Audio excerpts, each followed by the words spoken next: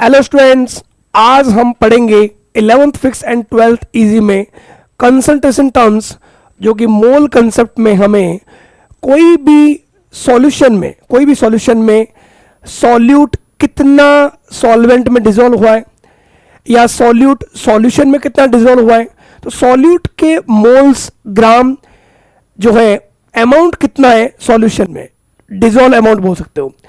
तो अगर हमें कंसंट्रेशन बतानी हो या ऐसा बताना हो कि amount of solute dissolve in solution, कई बार सॉल्यूशन बोलता है, कई बार सॉल्वेंट में भी होता है। तो कंसंट्रेशन की टर्म्स कई टाइप की होती है। कुछ कंसंट्रेशन टर्म्स जो होती है वो टेम्परेचर पर डिपेंड करता है, कुछ कंसंट्रेशन टर्म्स टेम्परेचर पर डिपेंड नहीं करता है। तो हम यही देखेंगे पहली बात कि कौन कौन सी कंसंट्रेशन टर्म्स होती है, और उसके बाद देखेंगे जिन भी कंसंट्रेशन टर्म्स में जनरली अगर वॉल्यूम आ रहा है तो वॉल्यूम में आपको पता टेम्परेचर इंक्रीज करने पर या डिक्रीज करने पर, टेम्परेचर इंक्रीज करने पर या डिक्रीज करने पर वॉल्यूम पे फर्क पड़ेगा, और वॉल्यूम पे फर्क पड़ेगा तो जिन भी कंसंट्रेशन टर्म्स में वॉल्यूम आता है वो सारी टेम्परेचर डिपेंड होगी। जैसे मैं बताऊंगा आगे मोलरिटी आएगी। तो कंसंट्रेशन की अपन एक बेसिक डेफिनेशन बोलते हैं, concentration of a solution, concentration of a solution is the amount of solute dissolved in a known amount of solvent or solution। कई बार सॉल्वेंट में भी होता है, कई बार सॉल्यूशन में भी होता है। तो सॉल्यूशन या सॉल्वेंट में जितना amount dissolve amount of solute होता है उसको हम क्या बोलते हैं, concentration. Solution can be described as a dilute. कई बार हम सॉल्यूशन को बोलते हैं कि डाइल्यूट सॉल्यूशन है, कई बार अपन बोलते हैं कॉन्सेंट्रेटेड है। तो डाइल्यूट और कॉन्सेंट्रेटेड जो बोलते हैं वो किस बेसिस पर बोलते हैं, सॉल्यूट की कंसंट्रेशन। अगर सॉल्यूट की कंसंट्रेशन बहुत ज़्यादा है तो हम बोलते हैं कॉन्सेंट्रेटेड। सॉल्यूट कम है, सॉल्वेंट हाई है, सॉल्वेंट अगर हाई है तो हम क्या बोलेंगे उसको, डाइल्यूट। तो solution can be described as dilute and concentrated solution as per their concentration. A dilute solution has a very small quantity of solute, while concentrated solution has a large quantity of solute in solution. Okay, various concentration terms जो मिलती है हमें कौन कौन सी, ये concentration terms हमें मिलती है percentage by mass, weight by weight percentage में, जिसमें वेट सॉल्यूट का mass upon mass of solution in 100 percentage में, तो 100 से मल्टीप्लाई। तो इसकी डेफिनेशन हम पूछते हैं, mass in gram of solute present in 100 gram of solution. 100 gram का अगर सॉल्यूशन है तो उसमें सॉल्यूट के कितने ग्राम डिसॉल्व है उसको हम बोलते हैं weight by weight percentage. Weight by volume बोलते हैं या वॉल्यूम बाय वॉल्यूम। तो वॉल्यूम, सॉल्यूट भी वॉल्यूम होगा और सॉल्यूशन भी वॉल्यूम होगा। तो volume of solute present in 100 ml of solution, ml बोल दो या सेंटीमीटर क्यूब बोल दो। तो 100 ml ऑफ सॉल्यूशन में जितने ml ऑफ सॉल्यूट डिसॉल्व होंगे उसको हम बोलेंगे volume by volume. Weight by volume क्या हो जाएगा, ग्राम of solute in 100 ml of solution, gram of solute present in 100 ml of solution. Parts पर मिलियन, सॉल्यूट का जो मास सॉल्यूशन में डिसॉल्व हुआ है 10 to power 6 में, parts by mass of solute per million parts by mass of the solution. Okay, जहां percentage में 100 है वहां पे 10 to power 6 हो जाएगा।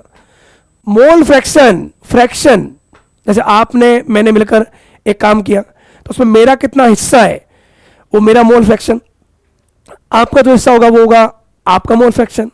दोनों ने मिलकर मान लो बेटा 100 रुपए का काम किया, मैंने मान लो 40 लगाए, आपने 60 लगाए, तो आपका पैसा 60 अपॉन टोटल 100, तो 60 अपॉन 100 क्या आ गया, 3/5।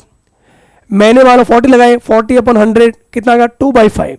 तो जो मेरे हिस्से का जो रेशियो होता है उसको अपन बोलते हैं मोल फ्रैक्शन ऑफ मी। जो आपका हिस्सा होगा वो आपका क्या हो जाएगा, मोल फ्रैक्शन। तो मोल फ्रैक्शन होता है मोल्स ऑफ ए का moles upon total moles, B का moles upon total moles. Mole fraction का एडिशन हमेशा 1, 1 होगा. Ratio of number of moles of one solute one component upon total. Molarity, molarity simple बोले तो moles of solute upon volume of solution in litre. Litre में होना चाहिए. अगर ml में है तो आपको लीटर में चेंज करना पड़ेगा, 1000 का डिवाइड करना पड़ेगा. और मोलरिटी, मोलरिटी भी मोल्स ऑफ सॉल्यूट होता है बट अपॉन में होता है mass of solvent, mass of solvent होता है. ओके, तो ये कंसंट्रेशन टर्म्स आपको ध्यान रखा है. अब इन पे क्वेश्चंस कैसे मिलते हैं वो भी मैं आपको बता देता हूं. मान लो अगर हमें ऐसा बोला गया, calculate the mole fraction of the component of the solution composed bye 92 gram glycerol and 90 gram water. 92 ग्राम आपको दे देगा ग्लिसरॉल. ग्लिसरॉल आपका ये होता है CH2OH, CHOH, CH2OH, है ना. तो इसका मास भी दे रखा है, wait in gram. Molecular weight शायद इसका 92 दे रखा होगा. वाटर का आपको पता है 18, तो मॉलिक्यूलर वेट भी आपको दे रखा है. नहीं तो आप निकाल भी सकते हो. कार्बन कितने दिख रहे हैं आपको? कार्बन 3, हाइड्रोजन 2, 1, 3 और 5, 5 और 3 हाइड्रोजन 8. ऑक्सीजन कितना हो गया? 3. तो कार्बन 3 कितना हो गया? 24. हाइड्रोजन हो गया 8 और 3 ऑक्सीजन. ऑक्सीजन अगर 3 होता है तो 3 ऑक्सीजन का होता है 48. तो ये ऑलमोस्ट जो आ रहा है 90 के पास में आ रहा है. 90 के पास. ग्लिसरॉल जो होता है, ग्लिसरॉल में जो आ रहा है मेरा CH2OH, CHOH, CH2OH. ओके, ये मेरे पास इसका मॉलिक्यूलर वेट. कार्बन, हाँ कार्बन जो है, कार्बन कितने? 3 है. तो कार्बन 3, एक कार्बन का मास 12, तो 12 इंटू 3 हो जाएगा 36. 36, 8 और ये 48. तो ये ऑलमोस्ट आ जाएगा आपके 48 और 44, ऑलमोस्ट 92. तो इसका आ गया 92. वाटर का आपको पता है 18 होता है. तो सबसे अगर हमें क्या निकालना? Mole fraction. तो मोल फ्रैक्शन क्या होता है? मोल फ्रैक्शन होता है, मोल फ्रैक्शन ए मान लो अगर मैं ग्लिसरॉल बोल रहा हूं तो ग्लिसरॉल के मोल्स अपॉन टोटल मोल्स. तो पहले मेरे को अगर ए ग्लिसरॉल के मोल्स निकालने तो ग्लिसरॉल के कितने दे रखे हैं? ग्लिसरॉल का दे रखा 92 ग्राम. गिवन मास अपॉन ग्लिसरॉल का मॉलिक्यूलर वेट भी कितना है? 92. कितना आ गया? 1 मोल. ओके, और वाटर का अगर मोल्स निकालना है, वाटर के 90 ग्राम, वाटर का मॉलिक्यूलर वेट कितना था? 18. तो 90 अपॉन 18 कितना होगा? 5. तो ये मोल्स आ गए ग्लिसरॉल का और ये मोल्स आ गए हमें वाटर का. अब अगर मैं ग्लिसरॉल का अगर मैं निकालता हूं मोल फ्रैक्शन, तो आपको बताएं mole fraction of glycerol, glycerol के मोल्स अपॉन टोटल मोल्स. तो ये आएगा 1/6. और वाटर का अगर मैं निकालता हूं, वाटर के मोल 5 अपॉन टोटल 6, 5/6. दोनों को ऐड करोगे तो मोल फ्रैक्शन का एडिशन ऑलवेज कितना होगा? 1. इजीली, आराम से. क्या पहले जो हमें गिवन है, गिवन क्या है? 92 ग्राम ग्लिसरॉल. ये ग्लिसरॉल का फॉर्मूला है, ये मैंने इस अकॉर्डिंग लिख दिया. कार्बन 3 है, हाइड्रोजन 8 है, ऑक्सीजन 3 है, तो ये मॉलिक्यूलर वेट है 92. 92 ग्राम दे रखा है, तो 92 अपॉन 92 1 मोल. वाटर आपको पता है 90 ग्राम, 90 अपॉन वाटर का मॉलिक्यूलर वेट, H2O का 18, 5 मोल्स. तो मोल फ्रैक्शन क्या होता है? खुद का मोल अपॉन टोटल मोल. तो ग्लिसरॉल का मोल 1 अपॉन टोटल 6, वाटर के मोल 5 upon 6, 5/6. Okay, next what will be the molarity of solution when water is added to 16.4 gram of calcium nitrate to make 100 ml of solution. Molarity of solution बताना है जिसमें आपको calcium nitrate जो है उसका 16.4 ग्राम हमें दे रखा है.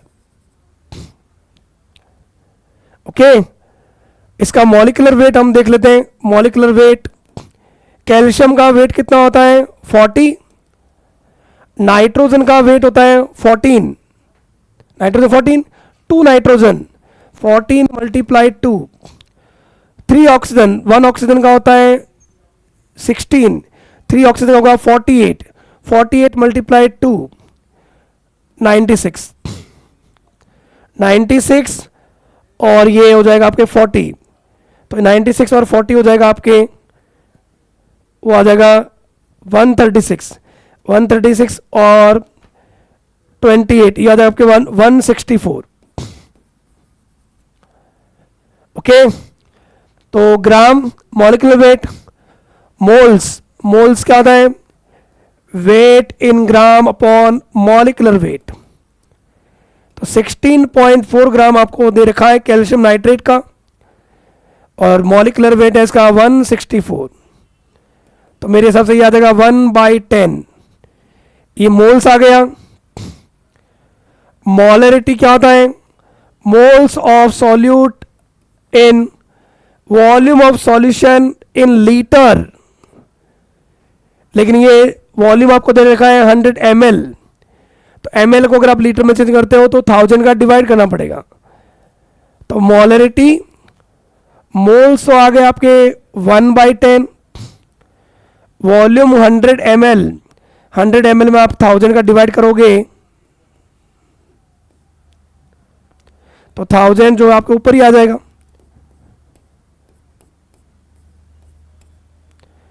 100 से 100 कैंसिल, 10 से 0 कैंसिल, मतलब 1 मोल पर लीटर. ये आपका आएगी मोलरिटी. ओके, ये आपके यहां पे मिलता है मोलरिटी का. इसके अलावा calculate the molarity of a solution containing 20 gram of sodium hydroxide in 250 gram of water. देखो ये NaOH ये तो हो गया सॉल्यूट, डिजोल्व हो रहा है 250 ग्राम ऑफ वाटर, ये हो गया सॉल्वेंट.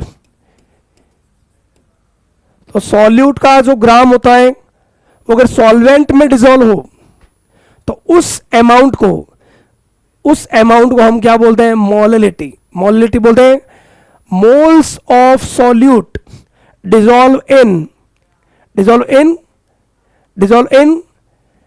ग्राम ऑफ सॉल्वेंट, जितने भी ग्राम हो. मोलरिटी को अपन स्मॉल m से लिखते हैं. Moles of solute weight in gram solvent, वो किलोग्राम में होना चाहिए. किलोग्राम अगर नहीं है तो 1000 का डिवाइड करोगे तो 1000 ऊपर आ जाएगा.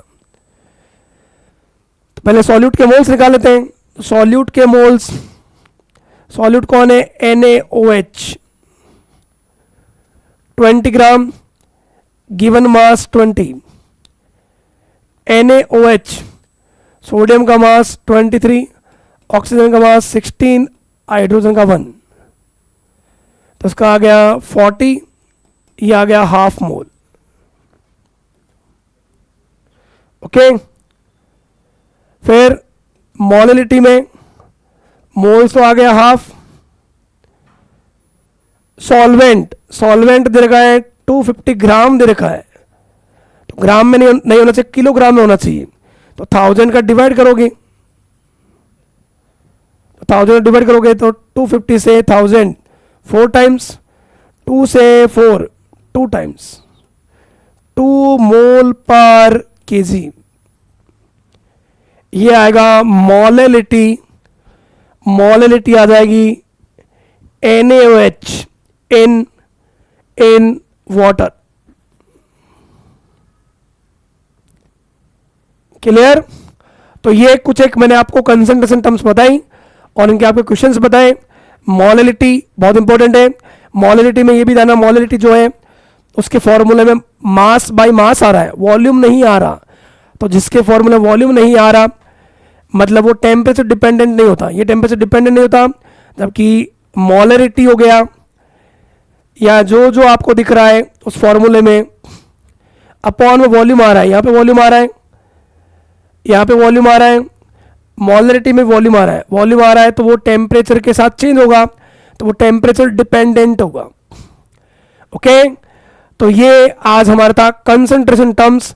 कंसंट्रेशन टर्म्स में मैंने आपको बताया कि ये कंसंट्रेशन टर्म्स रहता है और कुछ क्वेश्चंस बताए और कुछ क्वेश्चंस आप भी एनसीईआरटी वाले अप्लाई कीजिए फॉर्मूले के साथ और जुड़े रहिए आर्म सेक्रेटरी के साथ। जो भी डाउट्स बने वो आप पूछते रहिए। Thank you so much.